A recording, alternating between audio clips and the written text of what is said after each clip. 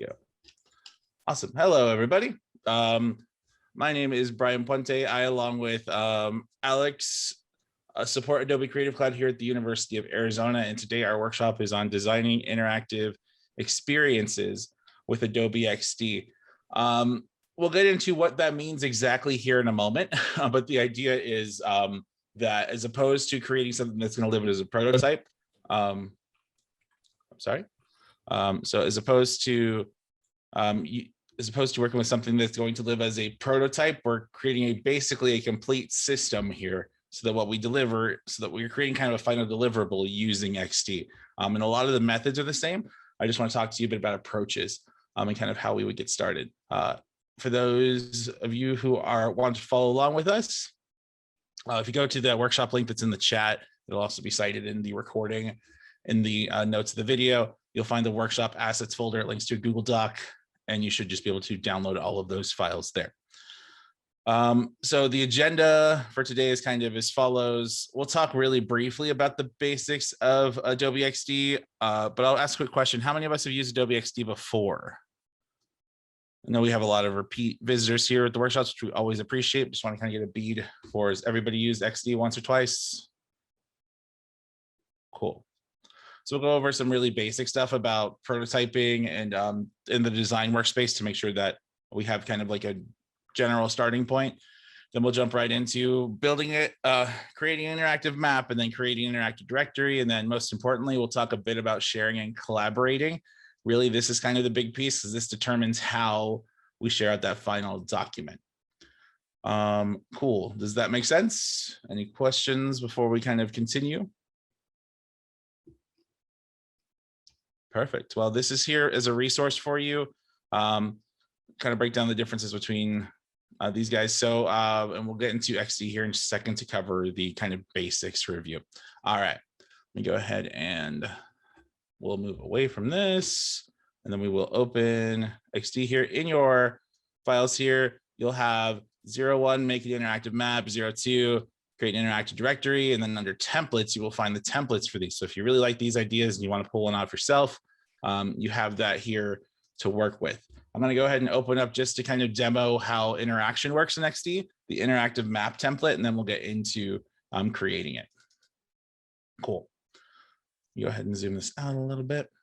Cool. So most of us have worked in XD before, but just as a refresher, there are kind of three spaces that we live in when we're making an XD documents.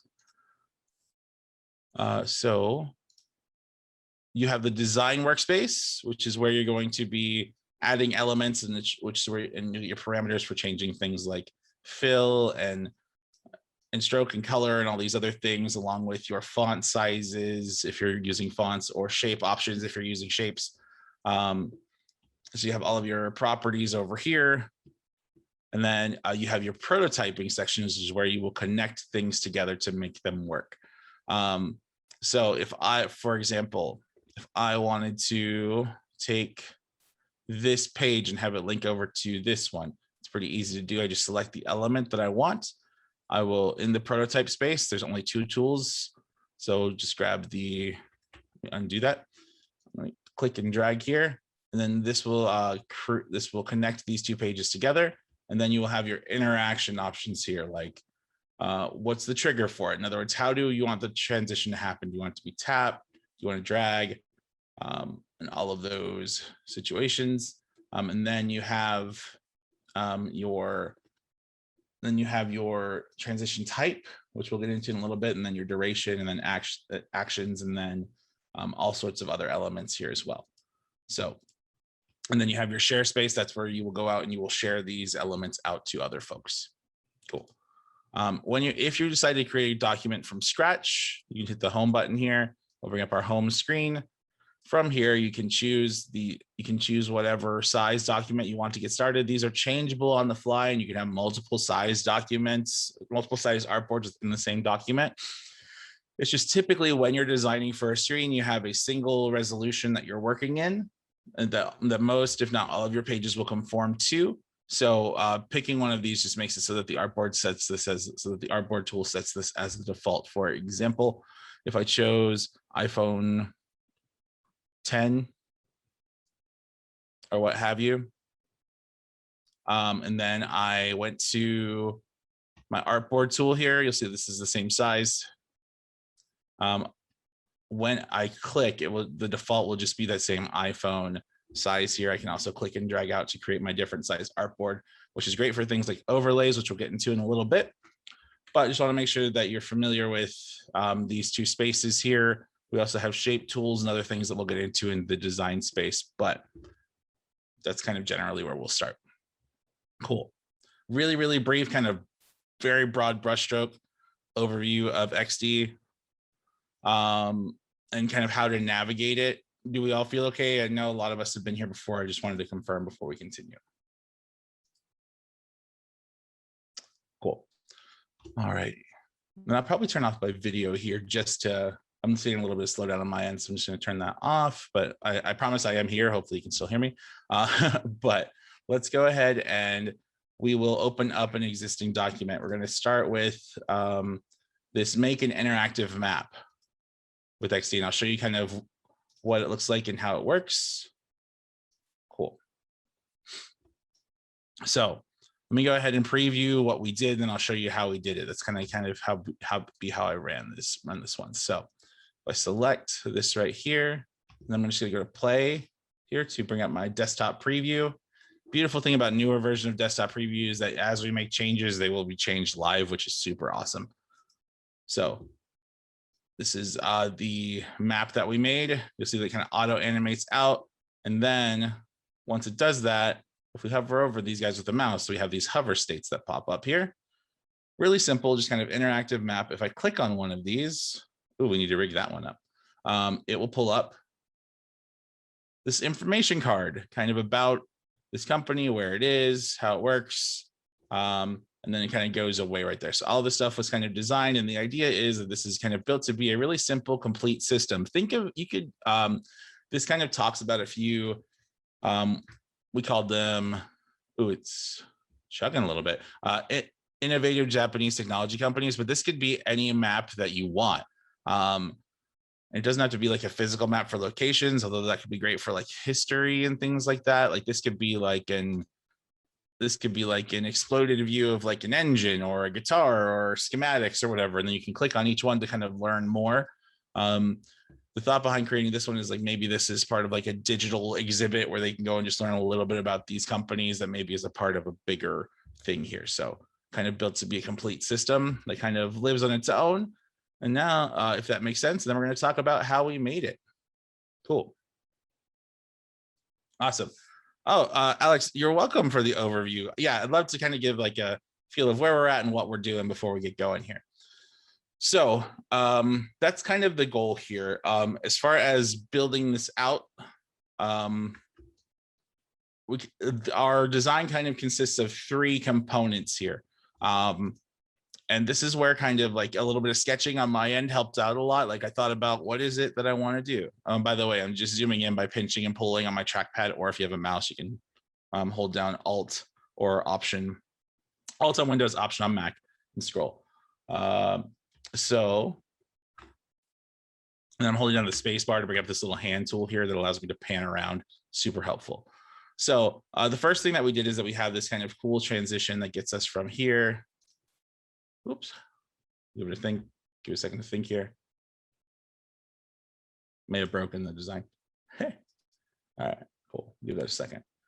Transitions from here to here. Cool. So what I did is I used an auto animate to do that, and we'll go over that in a second. And then we have these overlays that exist over here. If we look at the wiring of this document, though, we go to prototype. If you click on prototype, you can kind of see how everything is connected. And you'll notice that these guys have very, very similar, if not the same connections on both of these. And that's because we use auto animate. And each one of these, this little dotted line means that an overlay is there for this. So each one of these has an overlay that it connects to. And the overlay is when I clicked on Honda, this little Honda tile popped up. So that we did that using an overlay interaction. So let's go ahead and start with building out this kind of animated intro here. So we used a feature called auto animate, and I'll show you that one more time and I'll just talk about it. So basically what I started with is I built this map first. And then I decided that I wanted to auto animate these kind of fading in and fading out. We could have absolutely just gone with a standard transition from left to right with a click, but I wanted a timed automation because I thought it looks cool.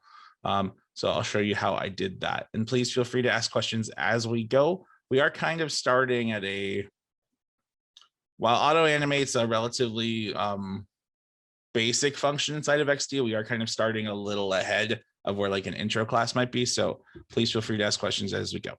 But the rules for auto animate to work are if we want these things to kind of move, like this kind of moved up and out of the way and the other things kind of faded in, all of the content that you want to auto animate has to be on both slides here, or else we'll just do a fade in transition. So if you look at these two panels here, I'll make this a little bit bigger.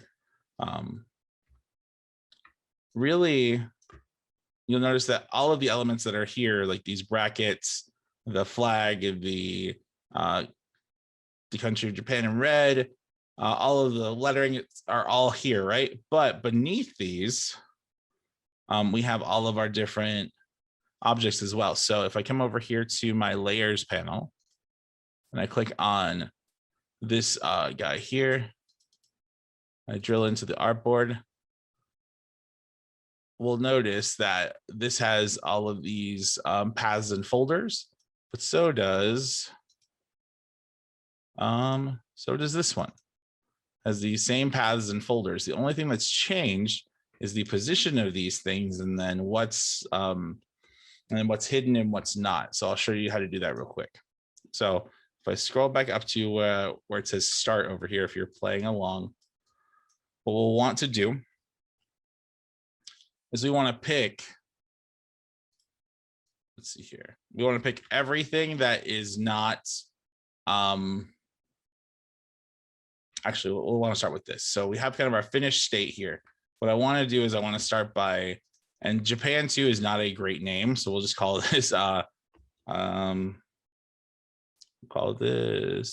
main slide. Cool. And I just clicked on the name to change it, and then you get this double click and it uses this field. What I'm going to do is I want to duplicate this. This is kind of my end goal here. So I'm going to hold down Alt or Option and then click and drag on the name of the slide to make another one. And we'll call this one main slide 2. Cool. All right. So now, because I duplicated those, I know that both of these have all of these same objects here. And by the way, like these objects, I think this was an Illustrator file that had all the different places in Japan on it in a map, but you could bring in any transparent PNG or any other element you want. I just wanted transparency because I wanted it to be white on the background. So what I'll do is I'm going to go ahead and start selecting all of the content that is not these brackets here. I mean, it can be a little tricky, but what I want to do here is because everything needs to be the same here, all I want to do is select an object, and we'll just start with this big one and see what happens here. And then we're going to go to our appearance here, and then where it says 100, we're going to drop it down to 0. You'll see it just hides that content. And that's really all we're doing to kind of start this process, is hiding this content here. Oops. So click on this, drop that to 0 as well. And we'll kind of go through. I have to do a little bit of drilling here to find all of it. But the idea is that we will select, all of this. Let's see how this behaves when we do this. So drop it to 0. See, I accidentally grabbed that company's bit here. So I just grab right here, Drop this down to 0. Ooh, that one's still coming with us. Let's see. All right. So I might just select individual elements here and then just drop them down. Might go a little faster. But the idea would be if I had better organized this document for you prior to the workshop, we may have had an easier time. But if we just kind of drill down, just kind of work it through. And the idea would be, there we go. I can hold down Shift to select multiple things. I just need to be kind of careful what I'm targeting. But hopefully you're getting the idea. So we can kind of zoom in, make it easier maybe. I'm just double clicking to kind of drill through the groups and get to the areas I need to be. If I actually mess up, I can absolutely double click or click away and then click back. If you hover over things that are in the same group, they'll highlight in blue like this. I'm just selecting them all. And then we will drop their opacity to 0. And then we'll try and grab these lines here. Hold down Shift, click all of these guys and drop their opacity to 0 as well. Cool. All right. Oh, I missed Okinawa. So let's get to Okinawa. I'm just holding down an Option to click, drag as I'm zooming in. Cool. All right. Okie doke. So now what we'll do is we're going to go ahead and grab the elements that we want. We're just going to kind of move them into the space where we want here. There are guides to help us out. So let's say that I'll just put this one here for now, and then I'll grab this one here. And then just move it into place. I'm just kind of eyeballing it for the sake of this example. We'll grab this top left one and put it right there like so.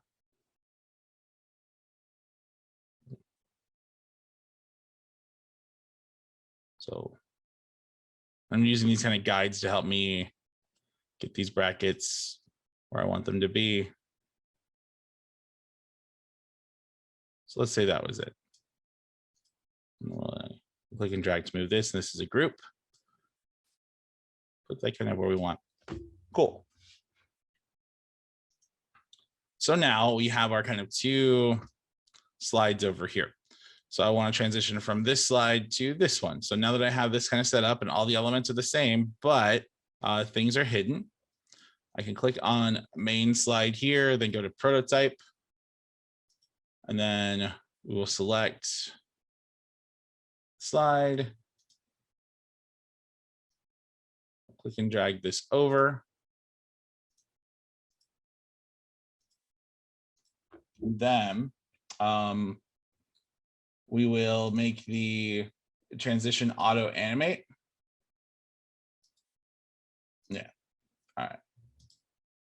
Whoops. I need to stick there. So undo. So tap, transition, auto animate. Then we want to go to main slide 2. We'll do the duration. We'll try a 0.6 second duration, although I think that might not be long enough. And then we can bring up our preview and test it out. So see how that kind of slides in there. I think that that's kind of a really short duration. So we're going to go ahead and adjust that and make this. I think we can do a duration up to 5 seconds. And you have all these different things. I'll do ease in and ease out. I'll make this transition like 4 seconds. I'll hit play and I'll click. Cool. And then I can do all of my interactables here. Cool. Is that making sense so far?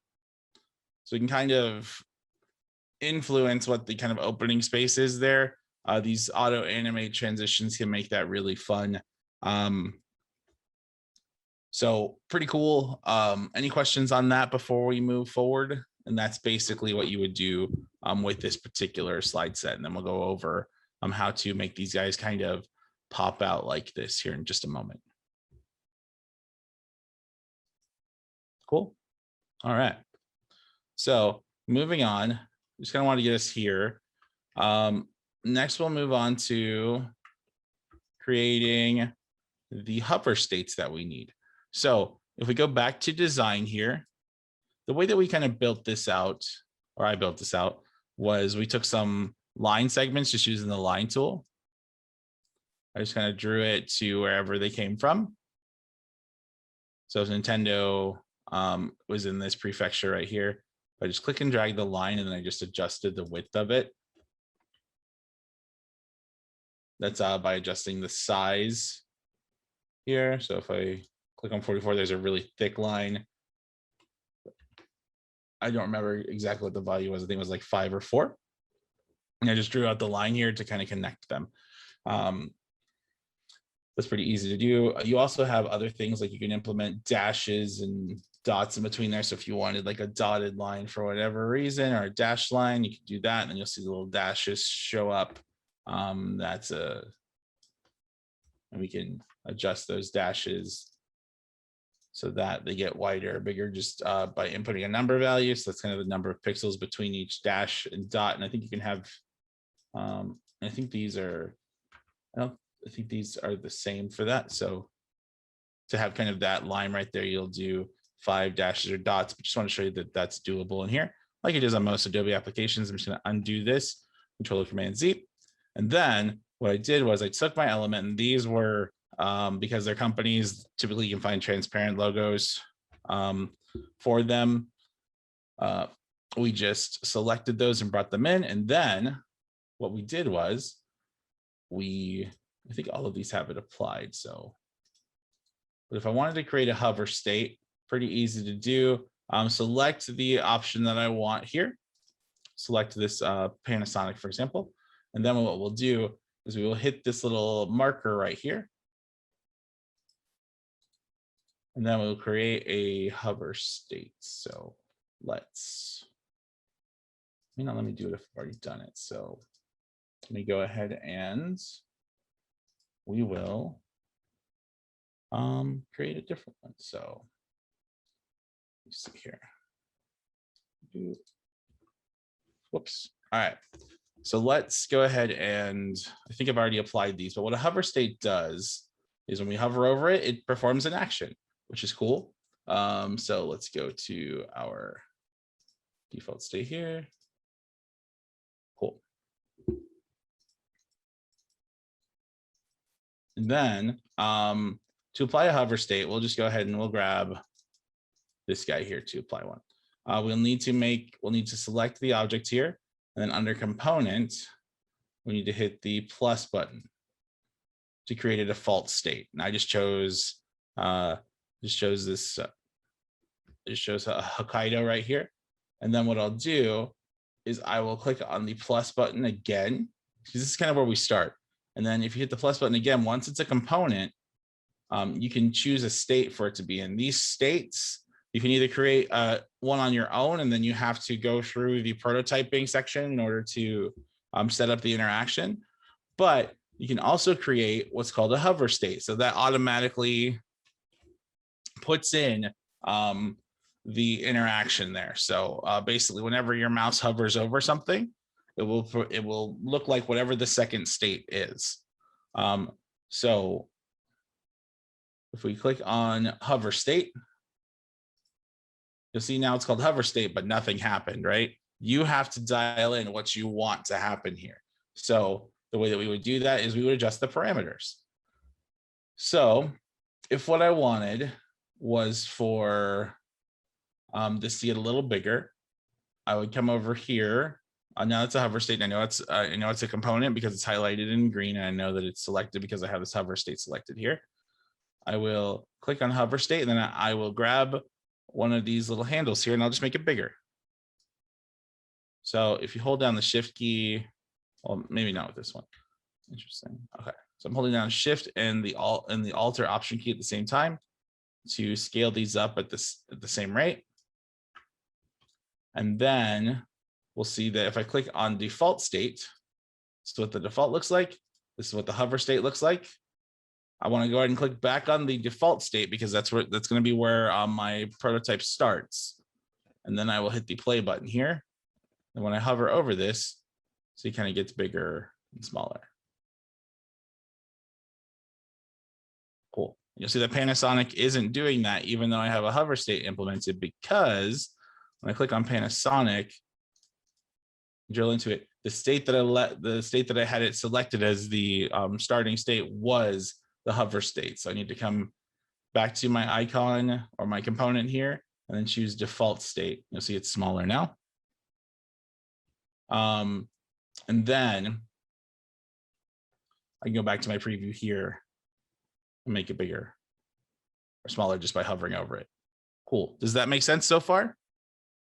Hover states are a little, takes a little bit of time to kind of get there, but they're really, really great for kind of providing that level of, this is something that you can click in a way that's really easy to see. Cool. What questions do we have about hover states?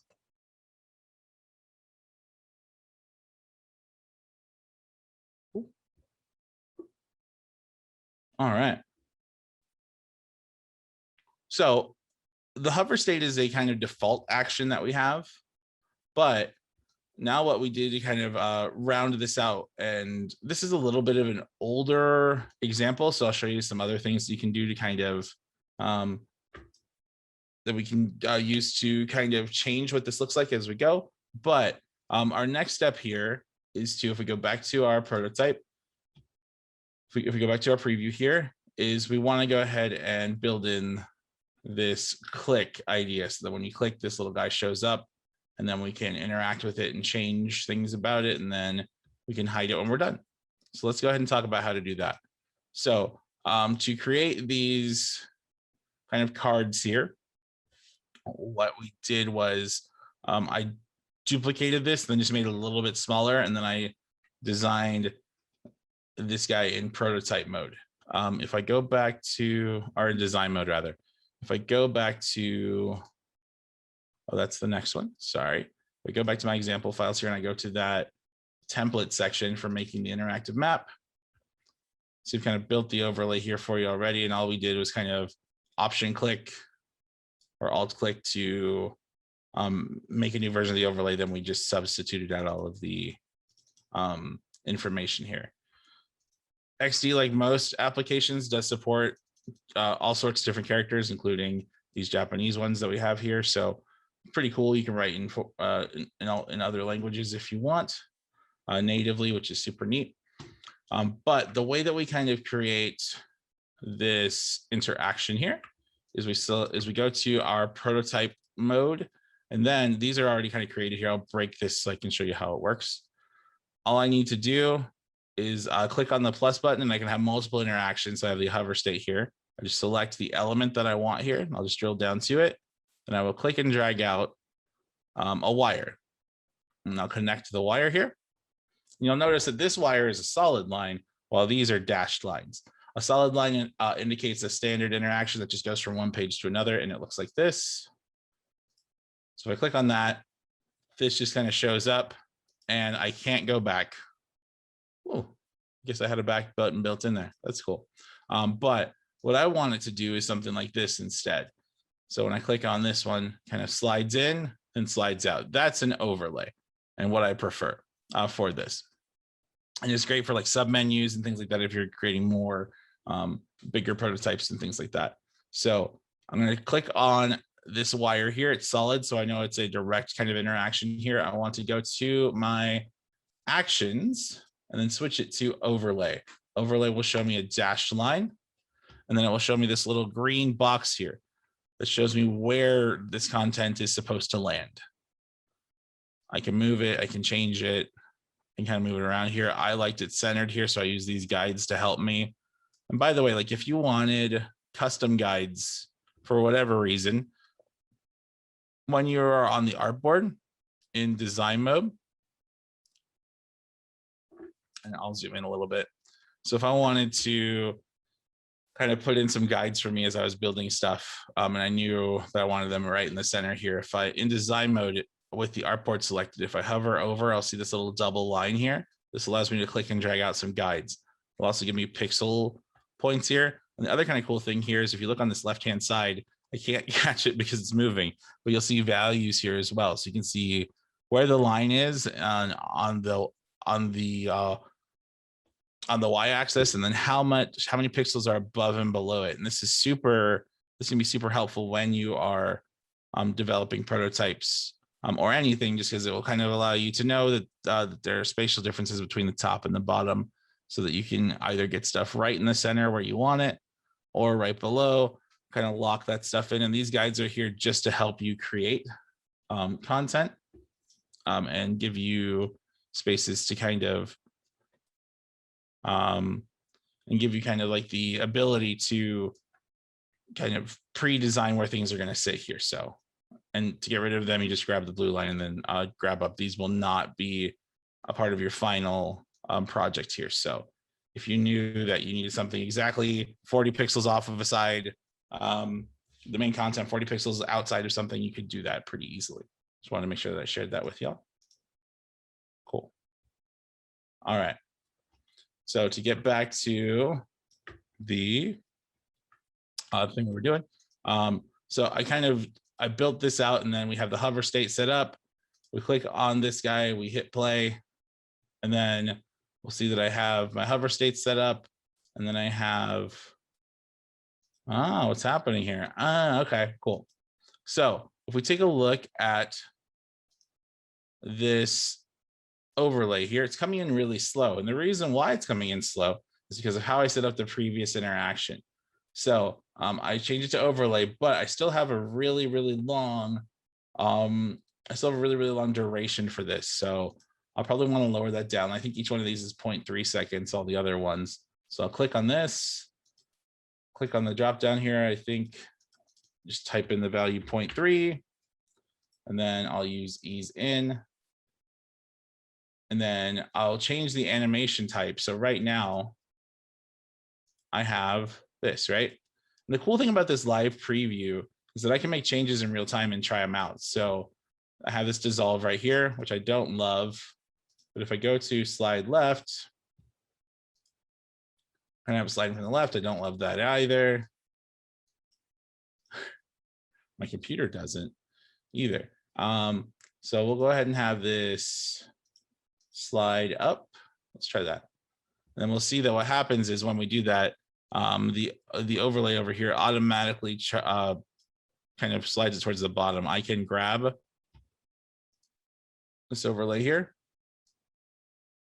and then move it up kind of towards the center here. I can use these guides to kind of help me get there. Cool. And then if I were to test that again, now it's more in the center, right where I wanted it. Cool. No slide away. And I have my other hover states that I built in. Super easy to do. Cool. And then we just kind of repeat that here. Like I said, this example was made a little while ago. So there are some things that I would probably want to improve about it. I don't have all the elements here, but I'll show you one that I really like. So all of these are kind of brought in individually.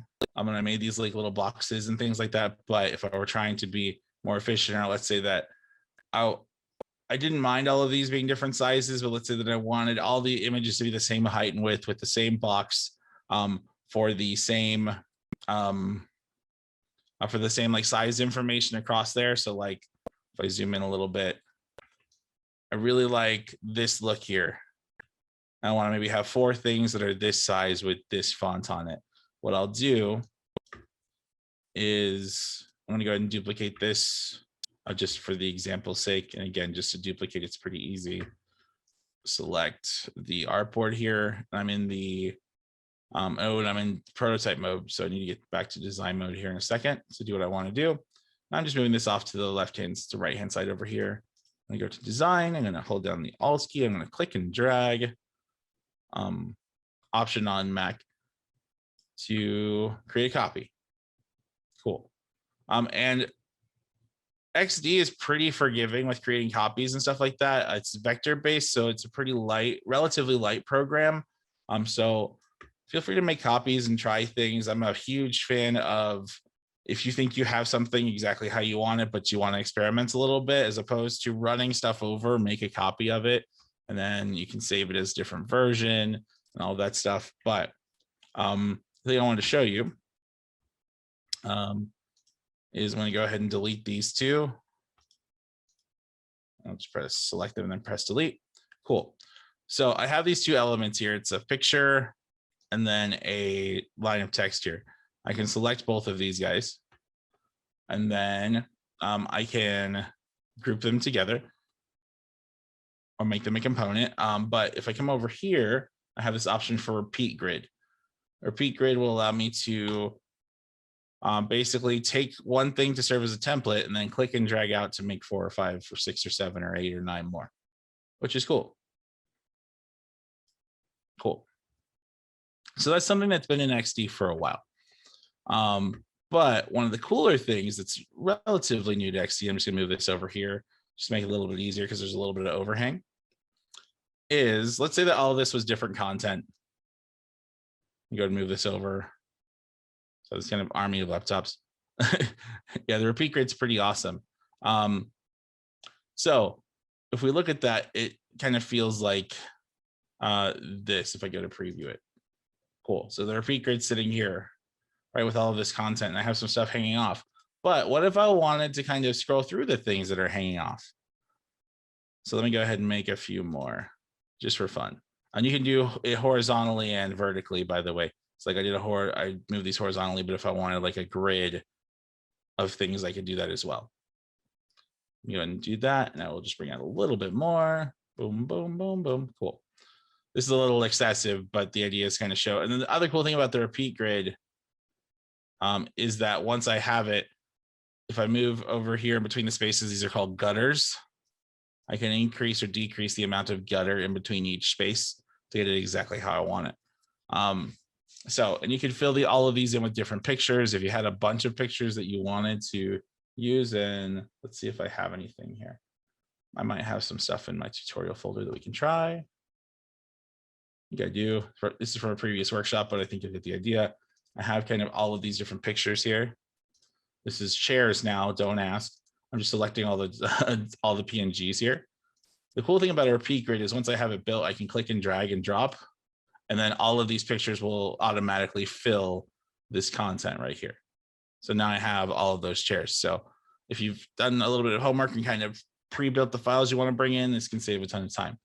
But anyway, what I was getting at here is with this repeat grid that's hanging off, or with anything that's hanging off here, we have these options to create scroll groups. What a scroll group will allow us to do is define a group of things that we want to scroll. And as opposed to building out a bunch of artboards and doing auto animate and drag and drag indicators, all we can do is we can just kind of create a window for these to sit in. And then if we go to preview it, I can scroll inside of that window here. So the limitation of the prototype when I was doing it a while ago was that I only had as many things as I could get on the screen. With this, I could have things hanging off the screen really easily and have these accessible to me really simply. So if you have a lot of content to present, but not a lot of space, or you don't want people to have to click through a bunch of different things when you're going through your presenting your content, you have that as an option here. So let's see if we can not rig this up to see what it might look like on that overlay.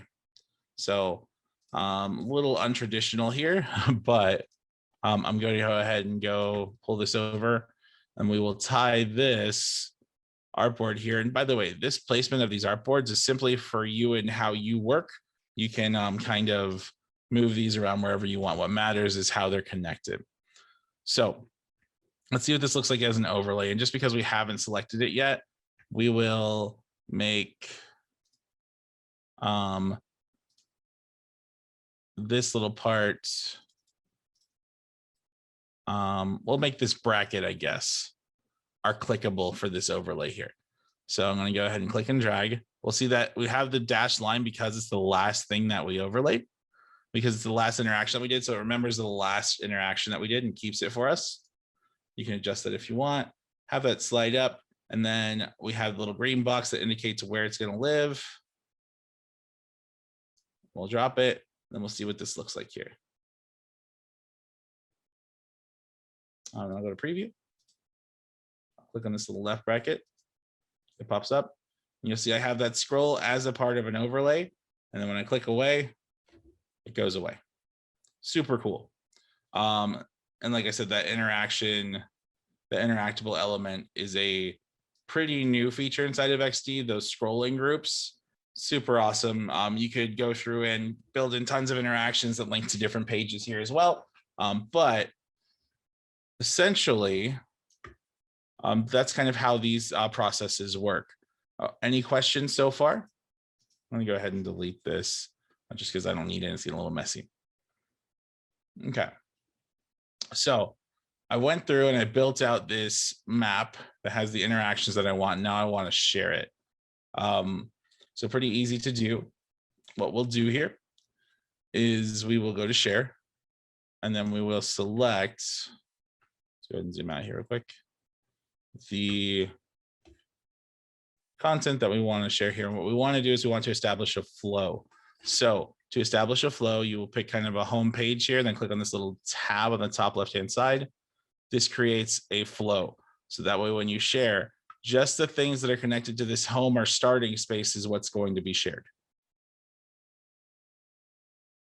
Cool. So this is my flow that I want to share.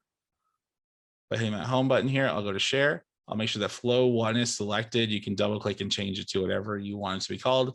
But this flow is what we're sharing out. Because we have multiple things on this grid, I don't really want this part I was messing with. I really kind of want this bottom flow here to be the thing that I share. So once we're ready to share out, we will go to our settings here. We're going to send this out as a link. So we're going to go and call this and interactive map. And then we will change our review to presentation. And there are lots of different options for this. Like if you're looking for feedback and stuff like that, that's great. But if you want people to just see the final product, we will do that. You can also go down to custom and adjust things if you want. So if you wanted, you could choose to have it open in full screen and show navigation controls and things like that. We're going to go ahead and just stick with the presentation for now. And then we can choose who we want to see it. So you can do only invited people. You can do anyone with a password or anyone with a link. I'm going to do anyone with a link so I can share it with you all. And I'll create the link here. And then it creates the link for us. And then you can click on the link and copy and paste it. And then share it with whoever you'd like. So it kind of sits in its own kind of container here. Zooms out, and then I can go through and kind of interact with this on my own. Super cool. And anything with a modern web browser could have it. So like if this were sitting on a computer as part of an exhibit somewhere, I could just have that computer load up this page, make it full screen, get rid of the content, get rid of the bars using the computer's bit, and then you're good to go. One of my, and that's great. And you just copy and paste the link here. The other thing that you have is the ability to copy and embed code here. So if you're embedding this on a website where you want this to live, you can copy the embed code here. And then you can go to your, I'm just gonna go ahead and we'll open up Notepad. Just gonna show you what it does. What do they call Notepad here? Text editor. There we go. Cool. So when you copy and embed code, so you go to new document, this would be what you paste into the HTML part of a website. But what it does is it basically gives you what's called an iframe that you can copy and paste with the proper height and width for your document, so it can live inside of any website, which is super cool. So if you were bringing this in as part of like a learning shelf or a class you were teaching or something like that, and you want people to interact with it, or you want to just kind of be like an example of what you did on your website, you can do that with any XD document. And then the other kind of cool thing that you can do here is that you have this option to do what's called a device preview. So if you have an iPhone or an iPad or an Android device that has XD on it, you can load the device preview to that device and use that device as your interaction source. So pretty cool. So you can kind of have your prototypes or your designs with you on your phone. It's just linked to the same account, which is pretty awesome. Any questions on that? Cool. And basically what this was auto animate and overlays used to kind of create a closed kind of circuit here that doesn't need to be developed out into anything else, because this is really what I want the experience to be. So pretty easy to do with a little bit of can go in here. But let's say that we wanted something that's a bit more multifaceted. I think I shared a document called creating an interactive directory, I think is what I called it. There we go. So if I open up that one, cool. This is a little bit more of a complex project here. So I'll go ahead and click on this and then show my preview here. And this kind of behaves a bit more like a traditional app might. And I'm just going to resize this. I really like, especially when you're working on interactions, having the preview window up as you work, because it's a great way to kind of try. Let's see, if you update the interactive map, would the iframe need to be updated on the same website, or would it use the same URL? It is a static URL. You just update the URL. You just go to your share section here. Let me go ahead and get rid of that. And then it will tell you when it was last updated. And if you made a change, so like if I move this from here to here, or if I made a change here, I can just click this update link. And I'll update it with the same static URL. You do not need a different URL every time. Great question. Saves a ton of headaches. Awesome. All right. So and you can see we have multiple documents open at the same time. We'll go to this one, select it. Then we'll go to our preview here. And I just like having it up. You don't have to. If your computer's running slow as a result, bring it down and just bring it up when you need it. But the idea is that we can kind of create a directory here and using everything we talked about, like using the option keys to duplicate and stuff like that. We've done that before. If you like this idea and you want to kind of work with it on your own, inside of the templates, we do have an interactive directory template that's literally just the same flow. You substitute your own content in it and you're good to go. Recommend changing colors and things like that and making it make sense for you. But this is just what made sense for this particular design here. So I made a dinosaur directory. So you want to think of it like a glossary or what have you. So if I click on, I have herbivore and carnivore. Carnivore is not rigged up yet. We'll do that in a minute. But click on herbivore here. I have all of these different dinosaurs. I can click on Triceratops. And then I have some facts here. All of my dino facts are courtesy of thoughtco.com. These are not my ideas, but the idea was just kind of create an educational piece for you to try out. But we have this kind of neat little simple app that might work really cool, like maybe in front of, maybe like as like a digital exhibit or what have you. And it's kind of editable. If I invited you all to help collaborate with me, we could have tons of pages about all the different dinosaurs and stuff like that. So kind of built it to kind of be expandable as we go, but that's kind of what it looks like. We're going to go ahead and go through how to kind of rig all of this up and what we did to kind of accomplish it. So what we did was, and it's in the template over here, we started with what the elements are for this. So if we look at this in its basic form, there's kind of our main page, item 1 or item 2 with a title. And then we have this kind of menu system here, which is we just created and made something that was in a repeat grid, stack some stuff on top of each other. If you're working on our example file, you'll be able to see that down here. We go to carnivore selection page 1. Then we go to the design mode here. I have this repeat grid that you are welcome to use. There are 4 or 5 pictures kind of loaded into it, but you can change whatever you wanted. If If you wanted to change the type, it's really easy. Just double click to drill down to the type, then change that font to whatever it is you wanted. If you wanted to be Damascus or what have you. And then we have our kind of elements here on the left-hand side. Each one of these is a component. A component is a group of objects that we can put together to create a component. Simply highlight what you want. So like I have this little slash here, and then I can right click on it and then make it a component. Components show up in our assets panel here. And the cool thing about components is I can just click and drag from the assets panel and drop it where I want. So to make this kind of carnivore heading that we have right here, we would grab this this guy right here, or from the component section, just click and drag it over, center it up. And then I want this kind of center diamond to be red. So I'll just zoom in a little bit, double click. It's like a hexagon or a cube shape. I'll go to fill, and then I can make it red. So I can just go up to red over here, or I can use the eyedropper, select red. I'll just do this for now. And then I can grab my little claws right here. And by the way, it's good to label all of your components here. Not all of these are labeled perfectly, but let's say I grab this claw right here, or I could just grab from the components and click and drag it over. Kind of creates it on the board. And I'm just going to size it down and move it where I want it.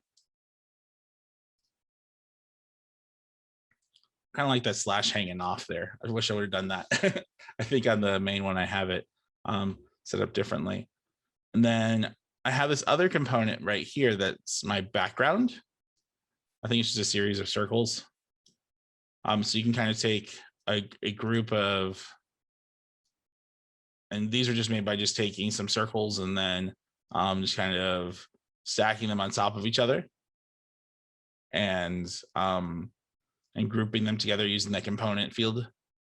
If I go back to my original design here, what I have is this kind of bullseye right over the first one. So I'm going to go ahead and try and emulate that here. So that's pretty close. Now this is sitting on top of there because I brought it in later. If I want to move it to the back, it's pretty easy to do. I can right click on it, and then there's bring forward, bring front, bring backward, bring backward, or bring forward. I really like the this little swirly bit means command on a Mac, but it's control on a keyboard. And then if you look at your keyboard, if you have a standard QWERTY keyboard, hold down the command key or control key on Windows. Then you can press the left and right brackets, which are the two buttons to the immediate right of the P key. And then you can send that to the back or bring it forward. So you can just select an element and do that, as opposed to having to go through the layers panel and move it. But if I pull up the layers panel, you'll see right now I have this background set up right here. When I hit that bracket, it moves it down. When I hit the bracket right, it moves it up. So it's a great way to kind of move through those two things kind of quickly. And then I just, I made the repeat grid earlier, but if I ungroup the grid, to make a repeat grid, it's pretty simple. I'll just select the group that I have or the list of components, and then I just select repeat grid. I can just click and drag it out to create multiple copies. Cool. Making sense so far? A lot of the same stuff. And then for this piece right here, so that's kind of how I made this initial page. And then basically what we did for this carnivore page is we duplicated this so that everything's in the same spot. And then we got rid of the repeat grid for this object, and then created a little box here for the text to live in. And this, I believe, is just a text box that has some components inside of it. Like a box with a drop shadow, and then like a smaller rounded off box inside of here. By the way, if you're working with this square bit right here and we're creating an element, if we're working like on creating a square, we can round off the square once you use the square tool with this little widget here. little dot you can click and drag in to kind of round off the corners, which is pretty cool. And that's how we got kind of those rounded off corners here for that. And those are editable after the fact. So if I wanted those to be kind of harder lines, I could do so or pull them in. But feel free to use any piece of this that you like for your own designs. But then we brought them all together and then we grouped them just by selecting all the elements and then right clicking and then hitting group. Makes it easier to move them around together. And then we just cut, and then we just brought in text from another source and pasted it in. I really like when there's text heavy elements inside of these projects. I really don't like writing the text inside of XD. I'd rather copy and paste it in. It makes it easier and you have kind of all of your hard copy should you need it for something else later. Cool. So our next task here is just to simply kind of rig it up. So if we go to our prototype page here, we have this herbivore line leading to our herbivores over here. And then on each one of these pages, we have kind of we have each one of these kind of objects linked to a different page. So we just need to do that over here kind of quickly. So what we'll do is we'll start at the beginning here. We'll bring up our live preview so we can test out as we go. Let's see here. Let's go and click on, and by the way, when you bring up your live preview, be sure to select what you want to start on. That works for me. All right, so in the prototype mode here, we're going to go ahead and grab this group. You can, when you rig up a prototype, either grab individual elements or grab the entire group of elements. So I'm going to just click right here to select the entire group so that anywhere where you click in here is something that's going to work. I'll click and drag to create the interaction. Cool. We'll test it out. Awesome. So one kind of cool interaction here that I set that's been set up previously, and I'll just make this a little bit smaller. So you kind of see it in this black bar just means that it's not the right size for the preview window. So you can adjust that. On elements that you want to go back to previous pages, you can absolutely just click and drag and then connect to them. But I think one of the better interactions that you can do for a back button is have it under, you'll set the trigger, which is typically tap, you want to touch it. And then under action type, you will have previous artboard. The reason why this is great is because on this particular application, on this particular like interaction here, I only have one method to get to and from this back arrow, and it's through that main menu, which is fine. But if you have multiple ways to get back, like if carnivore was in a few different places on this, on a more expanded, maybe digital experience, if you don't use this previous artboard bit, it can only go back to the original thing you selected. With the previous artboard thing, it will go back to whatever the last thing you clicked was in the same way that you got there. So if, for example, on this particular interaction, I wanted the animation to be slide up.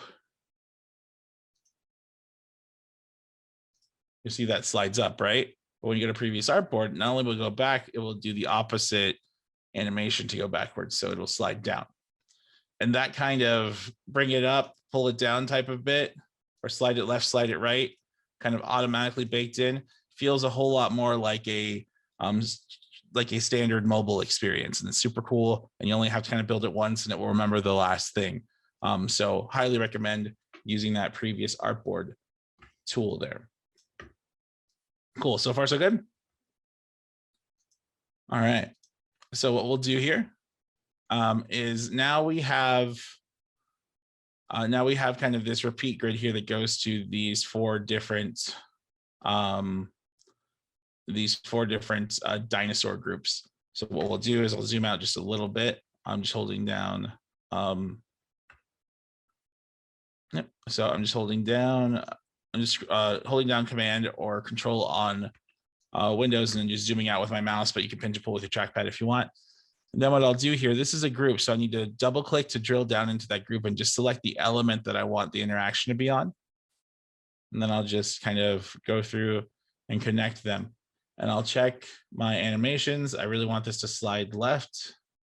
I want to slide in from the right. And then it'll remember the last thing I did. So all I have to do is select the next one and do that. And then it'll remember I wanted slide right. It'll remember I wanted slide right. It'll remember I wanted slide right. And then I think I've already set up previous artboard on all of these. So it should just be a matter of testing it out.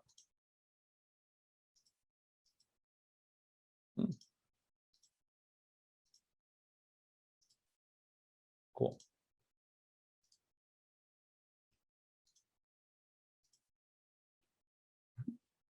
Cool. Take somewhere I want, slide back. Boom, boom. Done and done. Cool. So now that I'm here, we would just go through the same methods for sharing this. What's really important when you're building out any experience in XD is to kind of think about how and where you want it to live. Like this feels like a tablet experience to me, or something like that. So that works for me. Well, it's having a hard time with this. So we'll give it a break. I'm sorry. Oh, thanks, Siri. I appreciate that. Kind of thinking about where you want these to live, and that's kind of the reason why I liked these two examples here. You'll notice there aren't any hover states here. Hover states don't really make a ton of sense if it's going to be on something that's going to be tactile, because like an iPad or a mobile device, because you can't. It's hard to hover over anything on those. Whereas, like if we're using like a point and click mouse type system, this might be super helpful. So kind of keep that in mind as you're kind of working through like where do you expect this to live, and then kind of build your prototype or your interactive experience. Sorry, prototype is just what you build in XD. That's what they call them. So think about how you want to kind of be and look. And then the cool thing is like this, I like this quite a bit, but I think with this kind of view, like the size of the field the size of these icons like in this field may be a little bit too overbearing. So it's pretty easy to go in, and some of this you won't know until like you try it. But you may need to go in and kind of adjust where things sit and how they look, or maybe how spaced out apart, how spaced out they are in between each individual element here. So forget if these were repeat. I think these are repeat grid. So did I not make these repeat grids? Benefit of using our repeat grid is that we can kind of adjust individual elements here. So let me go ahead and drill down into it. I'm pretty sure I used one. Let's close this out real quick. If I didn't, I should have. So that makes this stuff easier. I don't think I made this a repeat grid. Interesting. Or I might drill down too far. But anywho, where was I at with this? There we go. So this is a repeat grid. I wonder what I'm doing wrong here. Huh. All right. Let me maybe click here. But the idea would be if these were repeat grids like the last one was, we could adjust. Oh, there it is. We can adjust kind of the gutter. I clicked too many times. That was my problem. Just click on it when you have this little green bar here that shows you're in the repeat grid. If I go to my preview here, maybe I need to space these apart a little bit more to make it so it's not kind of so loud and in your face. Maybe I need to adjust a few things. You may notice maybe there's things you don't want to scroll. So you see how this like bullseye in the background isn't scrolling. So the reason why that happens, and if you ever want something to kind of stay fixed, like let's say that I want to, I'm looking at this and really I'd love for this carnivore thing to be wider. Or maybe, yeah. So maybe I want this to be wider here. And I don't want it to scroll. So I kind of have that set up how I want, and then I'll take this. It might require some adjustment here and center it, and then I don't want it to scroll. What I can do is with any kind of object or group, I can select it. And then there's this fixed position when scrolling situation that I can do. It'll make it so that that can't slide. So now you'll see that that kind of stays there, but I may have to make some adjustments. Like I need to fix that thing's position as well. Then I notice it's sitting in the back, so then I need to take it and move it to the front. So just that bracket business. And now they're sitting on top, and now that will stay there. And then maybe I need to move some other elements in there. But the idea is that we can kind of the benefit of continuing to improve the prototype is that we can kind of make choices that maybe improve our experience here. So like for this, I would probably, if I wanted to fix it right now, I would bring in a rectangle here. Grab the rectangle, make it like a rectangle tool. Maybe make it, oops. And then maybe make it white and move it over this entire bit here. And then move it behind. Oops. Cool. Just behind there. Then I can try it out. Ooh, and then you'll see that it's scrolling. So I need to go into it and then choose the fixed position to be scrolling. Oops. And then it can kind of scroll through. And I might need to move it up a little bit, but the idea is that we can kind of make the adjustments that we need to kind of as we go to get the results that we want. And this isn't perfect by any stretch, but the idea is that we can kind of make those adjustments so that maybe I really just want them to focus on the dinosaur that they want to pick and that kind of be like center stage. And this is a way to kind of accomplish that. And I may want to round these corners a little bit, just to kind of give it the same feel or vibe. Move it down. Then we're just gonna play with it. But that's the idea. And one of the kind of the beautiful things about like adjusting a prototype kind of as you go. And maybe if I got it, when I got into y'all's hands using the share thing, you might give me some ideas of things that I could do to make this even better.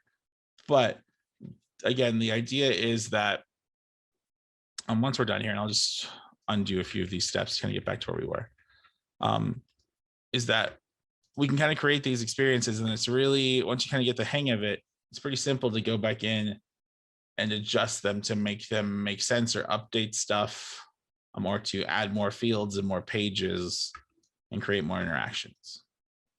And just go through the same process to share, again, to share, design review, anyone with a link, create.